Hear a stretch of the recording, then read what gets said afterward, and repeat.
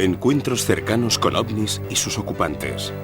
Trataremos de analizar ordenadamente este tema, partiendo de algunos de los casos más sensacionales.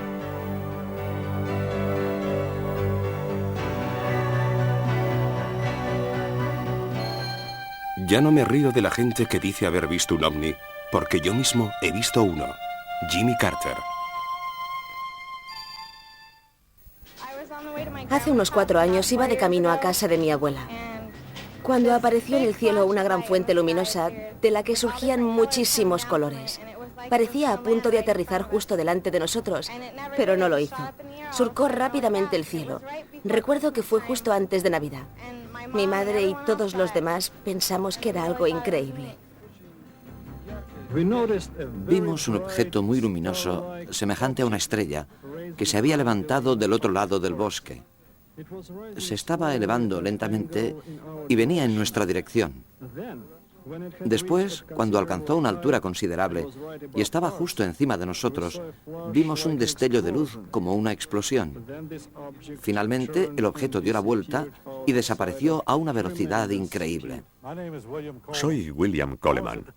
Cuando estaba en el Pentágono, participé en el proyecto Blue Book. Anteriormente, siendo piloto de bombarderos, vi un ovni. Era una nave en forma de U. No sé qué tamaño tendría, porque es difícil establecer las dimensiones cuando no hay puntos de referencia. Mi hermana y yo estábamos paseando por un sitio apartado. Levantamos la vista y lo vimos. Tenía unas luces en la parte inferior.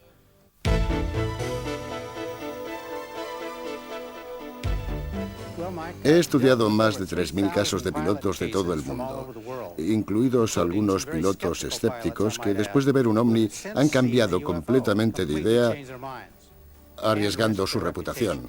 ¿Por qué han limitado sus investigaciones a los pilotos? Son testigos muy creíbles y fidedignos. La vida de los pasajeros depende de ellos y tienen que estar siempre al tanto de lo que sucede en el cielo. Por desgracia, muchos prefieren permanecer en el anonimato. ¿Sí? ¿Y por qué? Por un lado, tienen miedo al ridículo y por otro, no quieren perder su trabajo. A ninguna línea aérea le gusta el eslogan "vuele con nosotros y verá un ovni", aunque no estaría nada mal.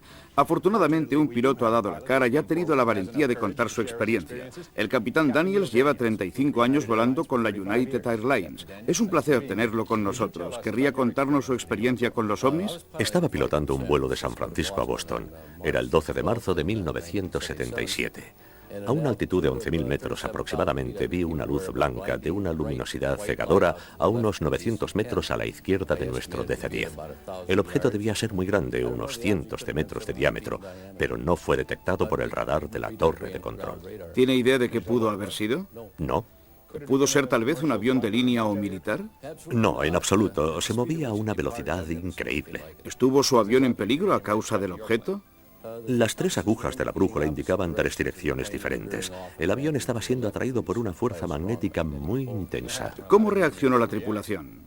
El ingeniero de vuelo repetía una y otra vez: "No me digas nada, no lo quiero ver". Un hombre valiente. ¿Presentó usted un informe? No, porque habría habido una investigación interminable e inútil. Lo dejé estar. Entonces eso fue todo. Sí, le conté la historia a mi jefe y él me dijo: "Es una pena que me lo hayas contado. A los testigos de ciertos avistamientos acaban pasándoles cosas raras". ¿Raras? ¿En qué sentido? Se arriesgan a perder el trabajo o a ser trasladados. El 18 de septiembre de 1976, la aviación iraní avistó e intentó interceptar 2 ovnis que habían aparecido en el cielo de Teherán. Ante los ojos de cientos de personas y seguidos desde la torre de control del aeropuerto, los objetos consiguieron eludir la persecución de los cazas. Pero en el informe sobre este incidente remitido por los servicios secretos de Estados Unidos al Departamento de Defensa, puede leerse que uno de los ovnis se vio obligado a realizar un aterrizaje de emergencia. Un objeto de comportamiento análogo fue filmado en Guatemala en 1978 durante el rodaje de un spot publicitario. Y ahora desde Manitoba, Canadá, un testigo ocular, el señor Robert Petrie, investigador independiente de York, Pensilvania. Bob, háblenos del avistamiento en los alrededores de Manitoba. El objeto se movía a una velocidad 3 veces superior a lo normal. Ahora vemos el mismo movimiento a cámara lenta a una velocidad 40 veces inferior. Aquí tenemos otro avistamiento del mismo objeto, presenciado por toda la población de Manitoba, que había salido a la calle para ver el espectáculo de luz. Ahora, pasando la película en cámara lenta, vemos cómo el objeto salta hacia arriba, en la parte derecha de la pantalla, iluminando todo el cielo. Se ha calculado que el ovni se desplaza a más de 5.000 kilómetros por hora.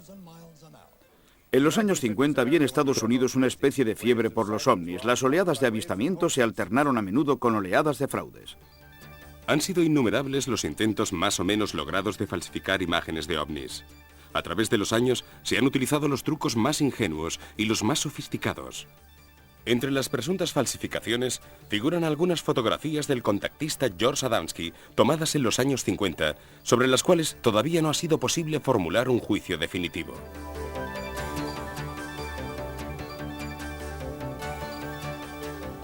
Después se produjo el caso de Parker, un pequeño aeropuerto en Virginia Occidental donde se rodó esta película. Su autenticidad es más que dudosa, dada la torpeza de movimientos del platillo volante, probablemente una miniatura teledirigida. Tampoco han faltado los platillos volantes caseros o construidos por empresas aeronáuticas norteamericanas, con resultados que a decir verdad dejan mucho que desear. Pero cuando se habla de ovnis perfectos, es imposible no recordar las fotografías de Edward Billy Mayer, cuyo caso de contactismo, iniciado en 1975, es indudablemente el más controvertido. En cuanto al caso de Gulf Breeze, en Florida, también se trata de una serie de sucesos bastante extraña. Gulf Breeze es una pequeña ciudad de Florida cerca de Pensacola, una tranquila localidad donde muchos van a pasar las vacaciones. Sobre esta calle, la noche del 11 de noviembre de 1987, el señor Ed Walters vio de pronto un objeto que volaba a escasa distancia de su casa. El señor Walters fue a buscar la cámara y tomó 5 fotografías que lo han hecho famoso y objeto de algunas polémicas. Porque según algunos investigadores sus imágenes son falsas, aunque de excelente calidad técnica.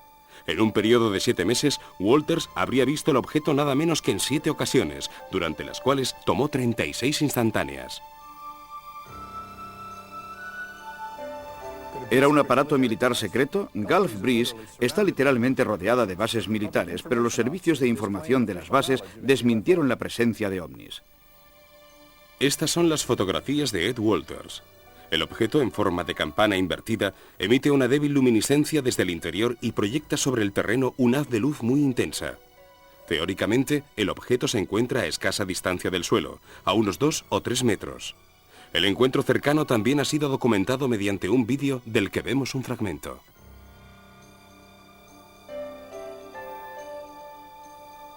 El ovni parece moverse erráticamente, como protegido por las hojas de los árboles, y la videocámara solo consigue captar detalles poco definidos. Oigamos la opinión de un experto. El doctor Robert Nathan trabaja desde hace 16 años en el sector aeronáutico. Durante este periodo ha denunciado como falsas numerosas fotografías de ovnis. Nuestro equipo ha entregado a Nathan varios negativos, con la esperanza de que las técnicas avanzadas de que dispone puedan arrojar alguna luz sobre la polémica. En lo referente a las fotos de Gulf Breeze, debo decir que no me convencen. Creo que muchas de estas imágenes son fotografías de doble exposición. En muchas de estas fotos, la nave está mejor enfocada que los objetos que están a su alrededor, o al contrario, aparece más desenfocada. La nave espacial parece bastante luminosa. Es como si hubiera una luz exterior que la iluminara. La situación podría haberse verificado si la nave se hubiese encontrado en este espacio en un momento anterior con la luz de la Luna procedente de todas las direcciones. Por otro lado, creo que en algunas de estas fotografías las partes superior e inferior de la nave han sido cortadas, mientras que el resto de la imagen resulta bastante confusa. Esto me hace pensar en cortes y añadidos sobre algunas superficies. Este efecto se observa en todas las fotos en que se ve el objeto, que por otro lado aparece sobre un fondo negro relativamente uniforme, precisamente el color que hace falta para una doble exposición. Cuando se superponen dos imágenes se obtiene mayor intensidad y aun cuando las ventanillas, si es que son ventanillas, parecen más bien oscuras, nunca son más oscuras que el fondo del cielo. Hace 30 años que investigo este tipo de avistamientos. Me gustaría poder decir lo contrario, pero las fotografías de Gulf Breeze no me convencen en absoluto. Gracias, doctor Nathan. Tenemos con nosotros a un científico que tiene una opinión completamente diferente, un físico óptico que trabaja para la Armada de Estados Unidos y que se ocupa de fotografías de ovnis. Doctor Maccabi, usted ha dedicado cientos de horas a estudiar estas imágenes y ha llegado a la conclusión de que no ha habido falsificación, ¿es cierto? Sí, así es. El doctor Nathan ha estudiado solamente algunas de estas fotos, pero yo he analizado todas las fotografías, lo cual me ha permitido calcular la distancia y las dimensiones del ovni. También he analizado el vídeo y me he preguntado, si las fotos y la película son falsos, ¿cómo han sido realizados? He considerado diferentes métodos para realizar fotografías trucadas. Cada método se distingue por un defecto típico y he tratado de encontrar esos defectos. Por ejemplo, he mirado encima del ovni para ver si encontraba un hilo muy fino que indicara que estaba suspendido. He mirado debajo para ver si descubría algo que me indicara que estaba apoyado sobre una mesa. He buscado reflejos sobre el cristal, exposiciones dobles, montajes fotográficos y he llegado a la conclusión de que no se ha utilizado ninguno de estos métodos. Después de muchas horas de análisis no he encontrado nada que pueda desmentir estos avistamientos. En mi opinión, estas fotografías son auténticas y esas naves no pertenecen a nuestro mundo. En 1983 y 1984, las regiones orientales de Estados Unidos fueron sobrevoladas por objetos multiformes, en particular en el condado de Westchester, al norte de Nueva York. Los señalamientos saltaron a las portadas de los periódicos más importantes como el New York Times. Entre los documentos figura esta película de un presunto ovni que habría sido identificado como un avión rodeado de luces y unido por un cable a otro avión también luminoso. Muy diferente fue el incidente Cash Landrum. Oigamos a la principal testigo, Betty Cash. Hacía mucho frío y Vicky, su nieto y yo estábamos regresando a casa cuando de pronto el pequeño Colby vio una luz muy intensa en el cielo sobre el pinar. Aquella cosa en forma de diamante desprendía mucho calor. Por la parte inferior salía fuego y cuando se movía emitía un silbido y también un ruido intermitente, un ruido ensordecedor que todavía oigo dentro de la cabeza por la noche. Salimos todos del coche, pero mi nieto y yo volvimos a entrar enseguida. Yo me quedé fuera durante unos 10 minutos. El objeto iluminaba el pinar como si fuese de día y yo sentía que me estaba quemando. Me ardía la piel. ¿Durante cuánto tiempo estuvo el objeto estacionado sobre ustedes? Unos 20 minutos. Despedía unas llamas parecidas a las de un soldador. Después, lentamente, desapareció entre los árboles. Entonces llegaron los helicópteros. ¿Helicópteros? Mi nieto contó 23. Posteriormente usted los identificó como helicópteros militares Chinook CH-46. Sí, parecía como si hubiesen llegado de alguna parte para escoltar la nave. Pero estaban tan cerca unos de otros que parecían a punto de chocar entre sí y contra el objeto. Por la noche me dispuse a bañar a mi nieto antes de acostarlo. Cuando el agua le tocó la piel, el pobre se quejó diciendo que tenía la piel quemada, como si hubiese estado demasiado tiempo al sol. Al día siguiente no pude ir a trabajar. Tenía los ojos cerrados de tan hinchados y unas manchas rojas que se convirtieron en ampollas.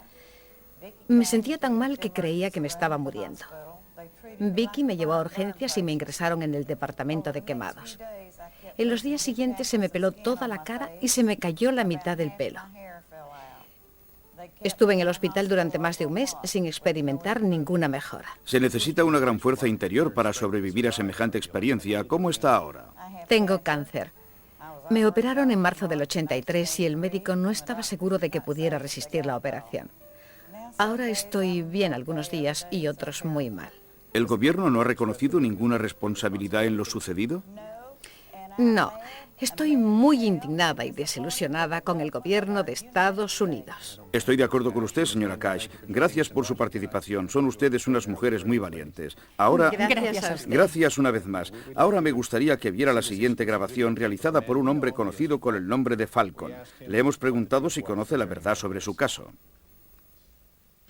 En el caso Cash Landrum, la nave espacial observada estaba pilotada por nuestros pilotos militares que habían recibido entrenamiento para el vuelo y tenían cierta familiaridad con el aparato. Cuando se dieron cuenta de que la nave no respondía a algunos mandos, informaron por radio que temían que se estrellara.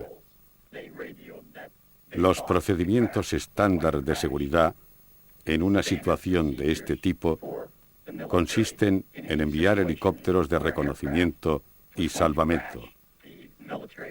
Los helicópteros siguieron a la nave que había tenido problemas. Todos creían que iba a estrellarse, pero no fue así.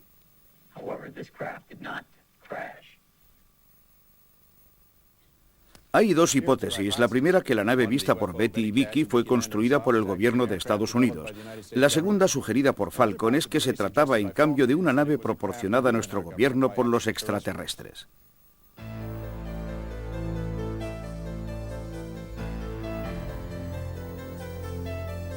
Para adentrarnos en el inquietante tema de las llamadas abducciones, es necesario hacer referencia a un método de investigación que saca a la luz los recuerdos traumáticos, aparentemente eliminados o sepultados en el inconsciente, y trata de reconstruir una experiencia que, en opinión de muchos, se produjo realmente.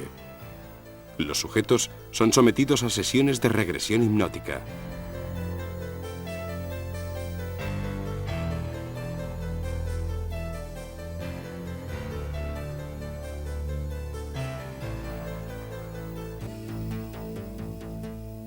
Rosemary Adenato es ilustradora y vive en el barrio bohemio, el East Village de Manhattan.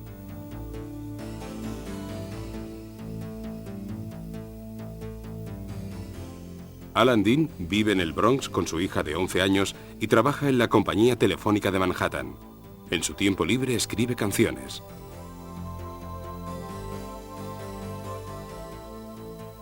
Lisa Salviano, de Lake Tahoe, Nueva Jersey, tiene 24 años. Está casada y está esperando su primera hija. Trabaja de secretaria en Morristown, Nueva Jersey. Estas tres personas, que no se conocen entre sí, comparten una experiencia extraordinaria. Con la ayuda de una psiquiatra, la doctora Leibau ha revivido recuerdos terribles profundamente sepultados en el subconsciente. En estado de hipnosis, los sujetos consiguen recordar las experiencias olvidadas. Una vez en este estado, vuelven a ver los hechos en tiempo real, a menudo con una fuerte participación emotiva en cada momento. Reviven exactamente lo que experimentaron la primera vez, aun cuando el episodio se haya producido meses o años atrás. Ahora veremos documentos filmados de algunos momentos de sus sesiones.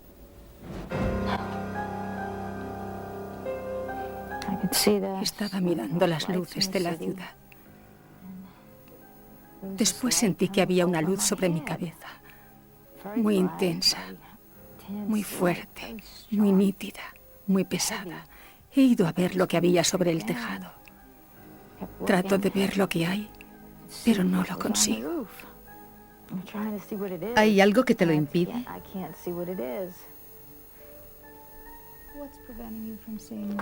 Es tan luminoso, no puedo mirar la luz. Yo estaba durmiendo y de pronto me desperté. Había algo fuera.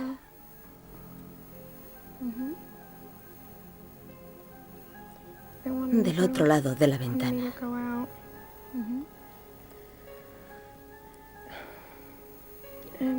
Querían que saliera, pero yo no sabía cómo hacerlo. Porque estaba a la ventana.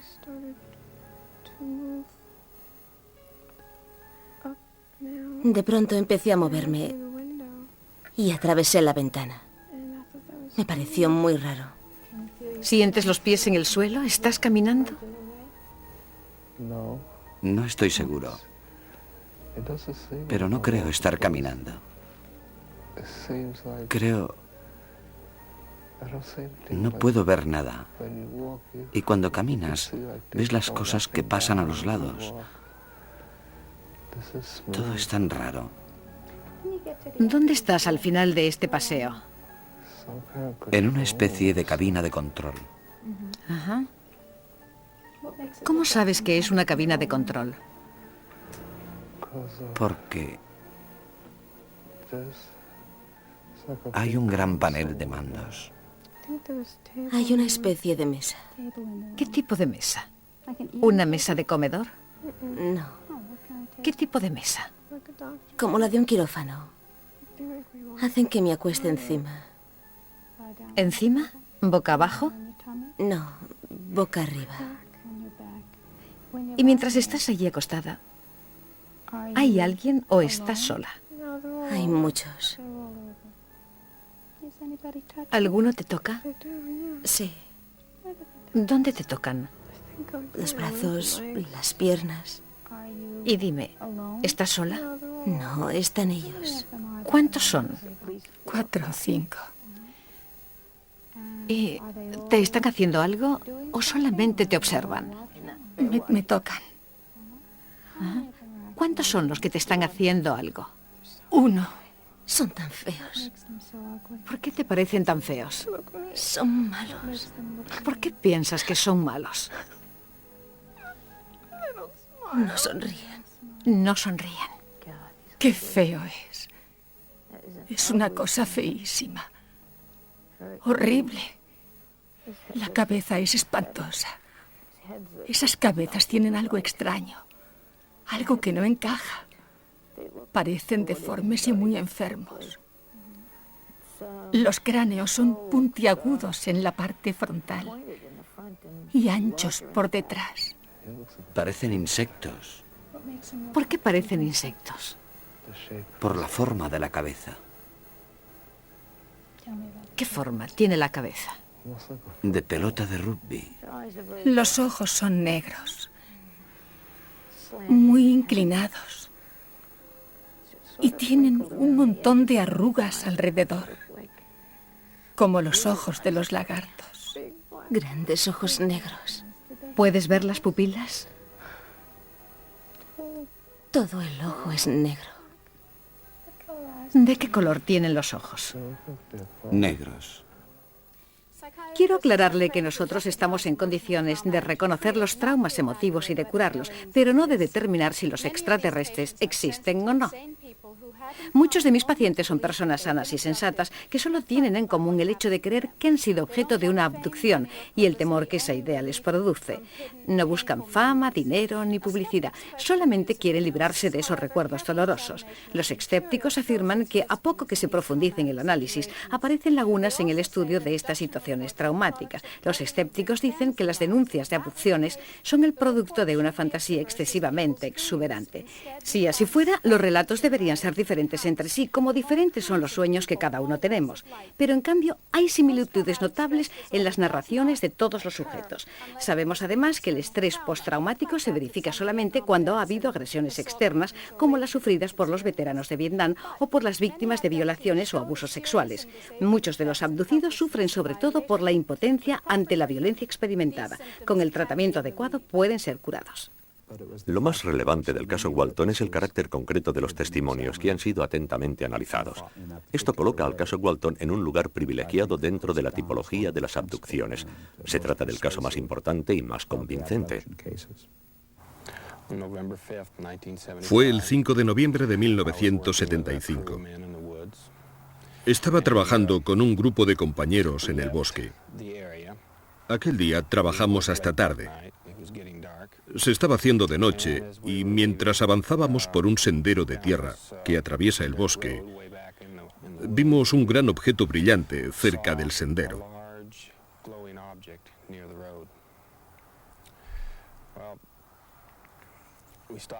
Detuvimos el camión. Yo me bajé y me acerqué para echar un vistazo.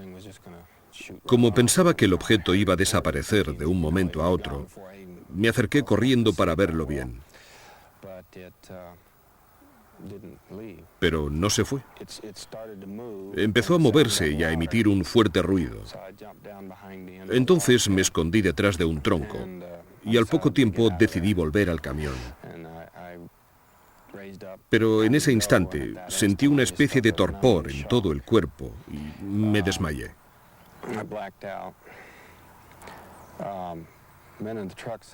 Mis compañeros en el camión vieron salir de la nave un rayo luminoso que me tocó la parte superior del cuerpo y me levantó por el aire. Cuando recuperé el sentido, estaba dentro de la nave, o al menos así me pareció. Estaba un poco atontado y tardé un momento en recuperarme del todo. Pero cuando por fin volví en mí, vi unas criaturas ante mí Inmediatamente tuve una reacción muy violenta. Los empujé e intenté huir, pero se me venían encima. Yo empecé a gritar y amenazarlos con los puños. Ellos se detuvieron y se fueron de la sala donde yo estaba. Como se habían ido por la derecha, yo me fui por la izquierda y empecé a recorrer un pasillo que se curvaba. Pasé al lado de varias puertas y finalmente llegué a otra puerta. Traté de recuperar el control y estuve allí durante al menos un minuto, casi sin aliento. Después entré en aquella otra sala. Era una sala realmente extraña. Se veían las estrellas proyectadas sobre una pared, no sé con qué sistema. Y había una silla en medio de la sala que tenía una serie de teclas y botones. Fui directamente hacia la silla para ver si encontraba la forma de abrir una puerta y huir. En ese momento entró otro ser, un hombre. Las criaturas que había visto antes eran muy diferentes de nosotros. Eran bajas, medían menos de 1,5 metros. Tenían la cabeza muy grande y puntiaguda, y un aspecto, ¿cómo decirlo?, espantoso, con ojos muy grandes. El hombre me condujo por otro pasillo hasta otra sala más pequeña, donde había otros humanos como él. Me pusieron sobre una mesa. Yo intenté escapar, pero me golpearon y después me durmieron con una especie de mascarilla de oxígeno. Cuando recobré el sentido, estaba otra vez en el sendero. El caso de abducción de Betty y Barney Hill de septiembre de 1961 figura entre los más detallados y documentados científicamente. Sus regresiones hipnóticas revelaron que unos humanoides los secuestraron y los sometieron a una serie de estudios médicos. Pat Marcatillo se ha ocupado en particular de este aspecto de las abducciones. Hemos perfeccionado la técnica de la regresión hipnótica. El psiquiatra consigue sumir al sujeto en un estado de completa relajación. En este estado, el individuo es capaz de reconstruir la experiencia y de recordar detalles que de otro modo quedarían sepultados en su inconsciente. Puede recordarlos de manera mucho más clara de lo normal. Hasta aquí hemos visto solamente una introducción del tema de las abducciones, que analizaremos en todos sus complejos aspectos en los próximos documentos. En nuestra próxima cita titulada Los secretos de la NASA, descubriremos las verdades sobre los ovnis que el ente espacial de Estados Unidos ha ocultado a la opinión pública.